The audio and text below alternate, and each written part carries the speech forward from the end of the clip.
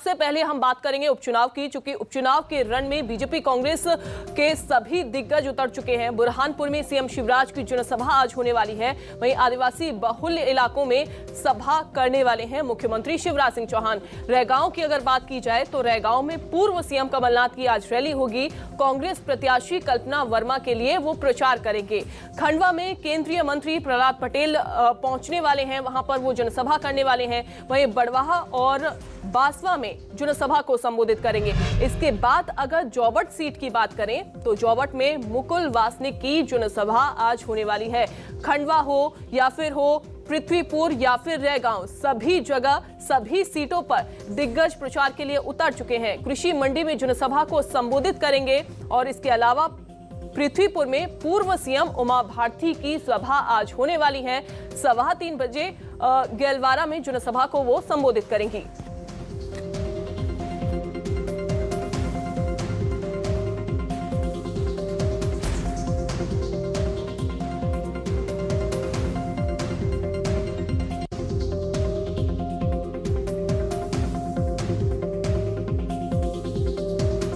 तो कृषि मंडी में जनसभा को संबोधित करने वाले हैं मुकुल वासनिक, चूंकि जौबट में आज वो पहुंचेंगे मुकुल वासनिक और जनसभा को संबोधित करेंगे। पृथ्वीपुर में पूर्व सीएम उमा भारती की सभा आज होने वाली है। 3:15 बजे गेलवारा में जनसभा को संबोधित करेंगे। तो बुरहानपुर में सीएम शिवराज की जनसभा आज होने वाली है। रैगांव विधानसभा उपचुनाव में प्रतिमा बागरी और कल्पना वर्मा जो कि कांग्रेस की तरफ से हैं, दोनों के बीच में ही कड़ी टक्कर आज देखने को मिलेगी। और साथ ही साथ सभी जगह जो कि टक्कर जो है देखने को मिल रही है कड़ी। सुलोचना रावत बीजेपी की तरफ से हैं, महेश पटेल कांग्रेस की तरफ से हैं जो कि जौबट सीट से प्रत्याशी उतरे हुए हैं। इन दोनों के बीच में भी कड़ी टक्कर देखने को मिलेगी। इसके अलावा बात पृथ्वीपुर सीट की जाए तो पृथ्वीपुर विधानसभा सीट पर शिशुपाल यादव जो कि बीजेपी की तरफ से हैं और नितेंद्र सिंह राठौर जो कि कांग्रेस की तरफ से प्रत्याशी उतारे गए हैं, इनमें भी कड़ी टक्कर मिलेगी। और सबसे अहम सीट जो कि खंडवा लोकसभा सीट है, इस पर काफी अच्छी पकड़ बीजेपी की भी रही है और कांग्रेस की भी रही है और दोनों की तरफ से ही प्रचार प्रसार का अभियान तेज हो चुका है। और यहां ज्ञानेश्वर पाटिल बीजेपी की तरफ से प्रत्याशी हैं और राज नारायण सिंह कांग्रेस प्रत्याशी हैं।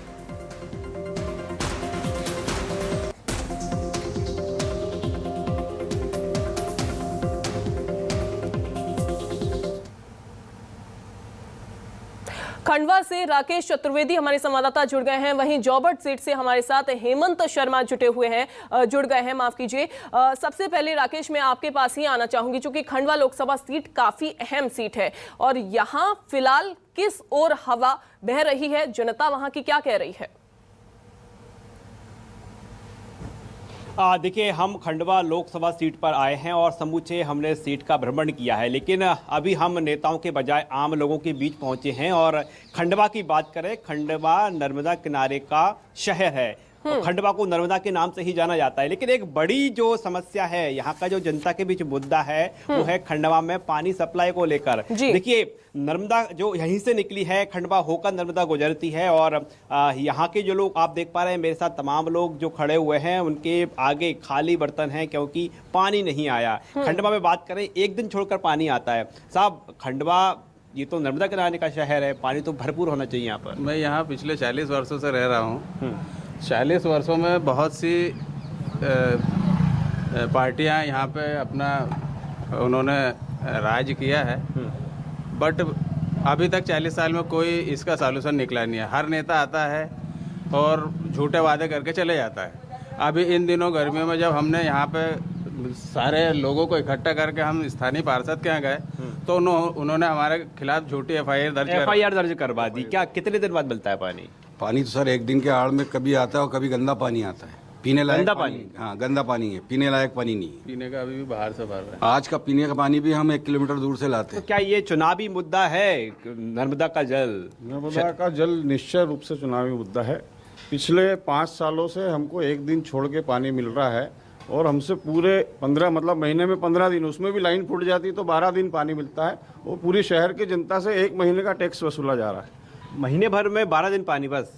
देखिए, एक की जो खंडवा है इसका नाम स्वर्ण अक्षरों में लिखा गया है। इसके दो कारण हैं। सबसे पहला तो सबसे ज़्यादा भ्रष्टाचार करने वाली योजना ये बन गई है। 100 करोड़ रुपए की योजना थी, 200 करोड़ रुपए में पहुंच गई है। दूसरा एक विश्व रिकॉर्ड ये बना है कि खंडवा एक ऐसा जिला है जहाँ पर सबसे पहले पानी के मीटर लगे, मतलब यहाँ पे पानी बिक रहा है। तो आप समझिए कि कैसी स्थिति हो गई है। पीने का जो पानी आता है इतना गंदा बदबूदार युक्त, जैसे कोई उस समय कोरोना काल में काढ़ा बांटा था ना, बस वैसा पानी लोगों को मिल नेता रहा है। आ रहे हैं, आप कह रहे हैं कि पानी कब मिलेगा?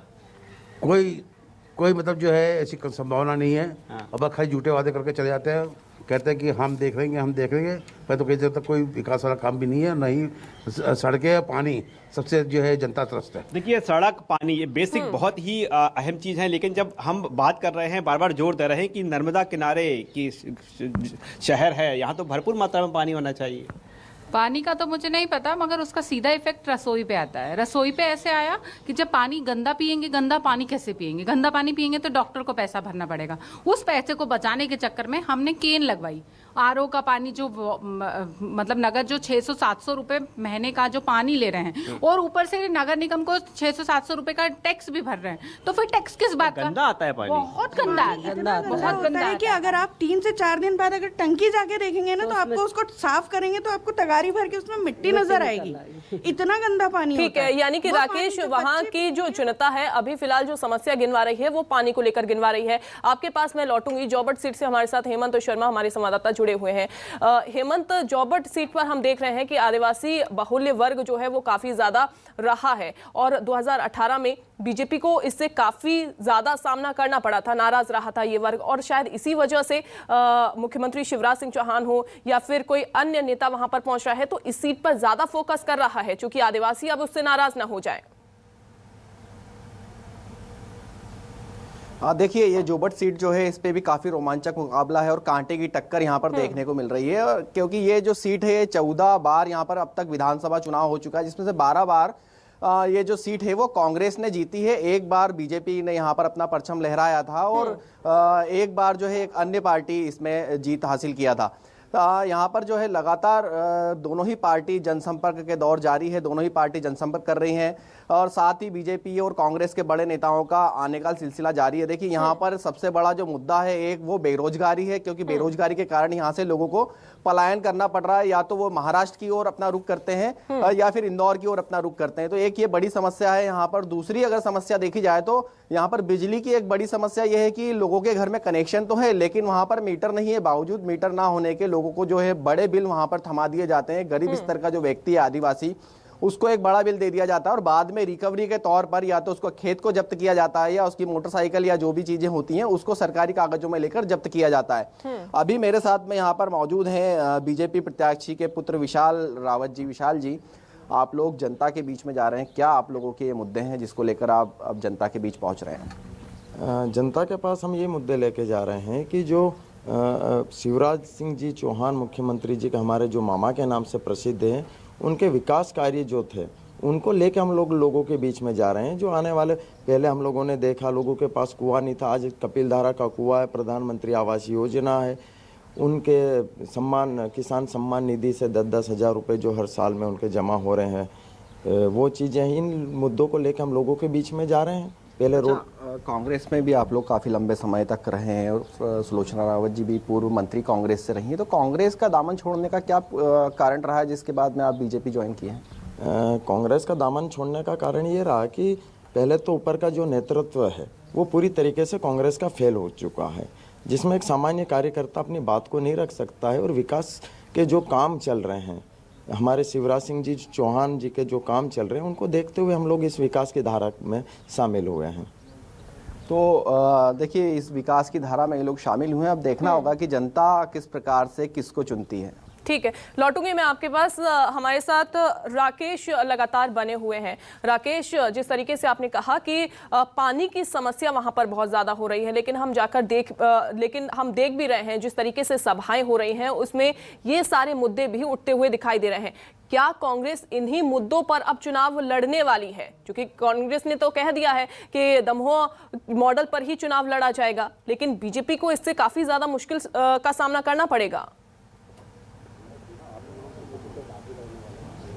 देखिए, बिल्कुल जाहिर तौर पर हम बात करें तो लोगों को क्या चाहिए? लोगों को चाहिए सुविधाएं, बेसिक सुविधाएं, सड़क चाहिए, बिजली चाहिए, पानी चाहिए। और जब मैं इस बात को जोर दे रहा हूँ कि जो खंडवा है, नर्मदा किनारे का शहर है, तो जाहिर तौर पर है लोगों को उम्मीद ज्यादा है कि नर्मदा हमारे यहाँ से होकर गुजरी है तो हमारे घर भी आए। हालांकि नर्मदा घर पहुंच चुकी है, लेकिन पर्याप्त मात्रा में पानी नहीं मिल रहा है। और दूसरा है कि पानी साफ नहीं मिल रहा है। तो साफ पानी नहीं मिल पा रहा है, क्या कारण है? फिल्टर नहीं हो रहा कि यहाँ तक आते आते गंदा हो जाता है, क्या दिक्कत? नहीं, वो नहीं पता हमें कि क्या कारण है उसका, मगर कुछ ना कुछ कारण तो होगा।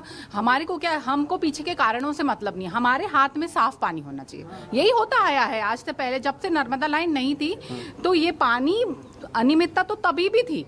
ऐसा नहीं है कि सब कुछ ठीक था, ऐसा नहीं था, मगर पानी कम से कम जो आता था वो साफ आता था। मगर आज ये है कि पानी में कब आएगा, और एक बार यदि लाइन फूट जाती, सबसे बड़ी समस्या है इस खंडवा की लाइन फूटना। इतना भ्रष्टाचार हुआ है वो लाइन को डलने में। मुझे नहीं पता कोई क्या हर शहर में ऐसे लाइनें डलती है। लाइन फूट जाती है, कभी भी फूट जाती है, कभी भी लाइन फूट जाती है, और 1 2 3 दिन तक लाइन फूटी रहती है, उसका कोई उपाय नहीं निकाला जाता है, और ये होता ही रहता है। कुछ हफ्ते बाद, मतलब 1 2 हफ्ते में ये चीज होती रहती है। लाइन फूट जाती है, लाइन, पानी नहीं मिलता है। हम बाहर से कहाँ से पानी लेके आएंगे? इधर कोई पानी का वो भी एक चीज समझ में नहीं आ रही कि जो अक्सर बात कही जाती कि लाइन फूट जाती है कभी भी। लाइन तो बहुत मजबूत होना चाहिए ना, ऐसे कैसे फूट जाएगी? सर, ये नगर पालिका वाले बोलते हैं, ये बीजेपी वाले बोलते हैं कि हम नर्मदा का पानी दे रहे हैं। जी बिल्कुल राकेश, हम देख रहे हैं कि परेशानियां यहाँ पर जनता को हो रही हैं, और चूंकि इस बार बीजेपी की तरफ से ओबीसी चेहरे पर दांव खेला गया है, लेकिन ये देखना होगा कि जनता अब कितना भरोसा करती है। चूंकि जनता ने तो अपनी परेशानियां जो हैं वो गिनवा दी हैं, लेकिन देखना होगा कि जनता इस चेहरे पर कितना विश्वास करती है। बहुत शुक्रिया आप दोनों का जुड़ने के लिए।